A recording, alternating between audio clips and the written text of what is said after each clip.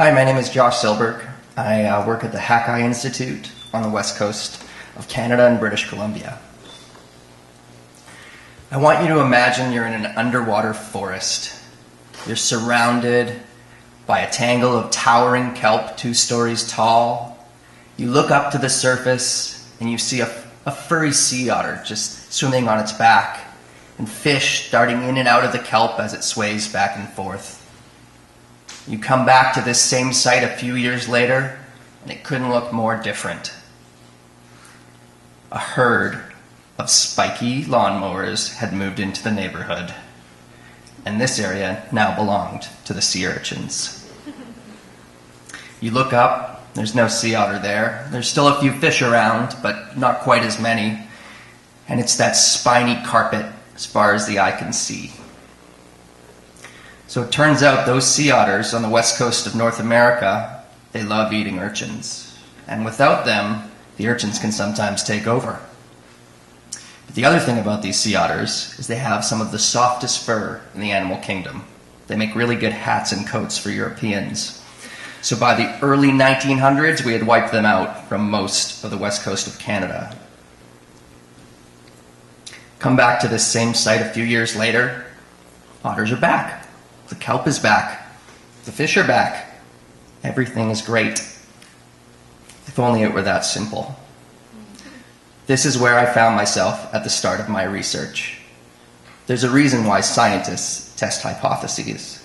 You see, the textbooks say sea otters equals fewer urchins equals more kelp equals more fish.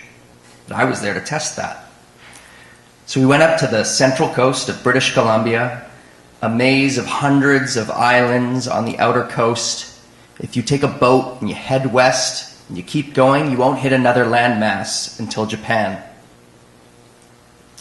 The waves crash in on rocks crusted with life, and the forest comes right down to the sea. And it was here that there was a natural experiment. You see, sea otters had started to come back on this part of the coast. We had some sites where they had been for more than 30 years, some sites where they'd only been for 10, some 5, and some sites where they hadn't reached yet. But enough about the otters. I studied the fish. So at each one of these sites, we looked underwater using scuba, we fished using hook and line, and we counted all the fish that we saw and all the fish that we caught. And then I took all of those numbers and I went back home. And I was ready to see that story come through on the page. Sea otters equals fewer urchins equals more kelp equals more fish. It all made sense. But no matter how many times I looked at the statistics, no matter how much I looked, I just couldn't find what we had initially expected.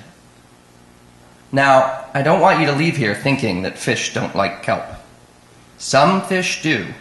Young ones do, but some fish don't, and they're not necessarily the fish that people want on their plates. You see, nature isn't that black and white.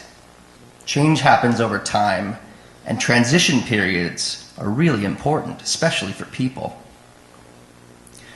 So, what I want to leave you with is that when you get unexpected results, when your hypothesis doesn't quite turn out the way you thought it would, you can sometimes learn the most about nature from those periods. It's not just the sea otters, it's not just the urchins, it's not just the kelp. There's more to this fish tale. And as a scientist, that's really exciting. Thank you.